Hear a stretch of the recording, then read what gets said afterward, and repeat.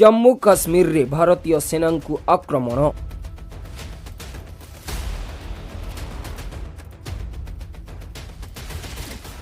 सेनार ट्रक उपर को आतंकवादी आक्रमण।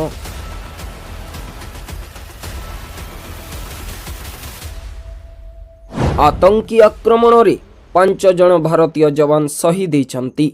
जम्मू और काश्मीर पुंछ अंचल रे आसुथिबा भारतीय जवान को गाड़ी उपर को आक्रमण करिसंती आतंकवादी।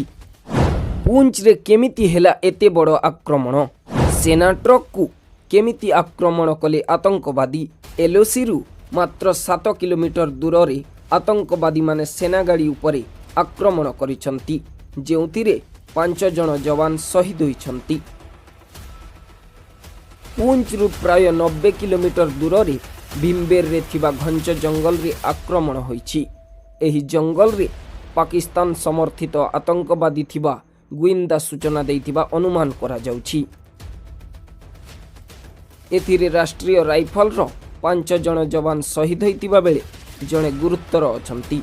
तांको चिकित्सा पई मेडिकल रे भर्ती करा जाइछि। पुंछ अंचल रे सेना को आक्रमण होइतिला। आतंकवादी ग्रेनाइट आक्रमण परे ट्रकटी जली जाइतिला। प्रबल वर्षा हेउतिबारु दूररू देखिबा संभव होई नथिला।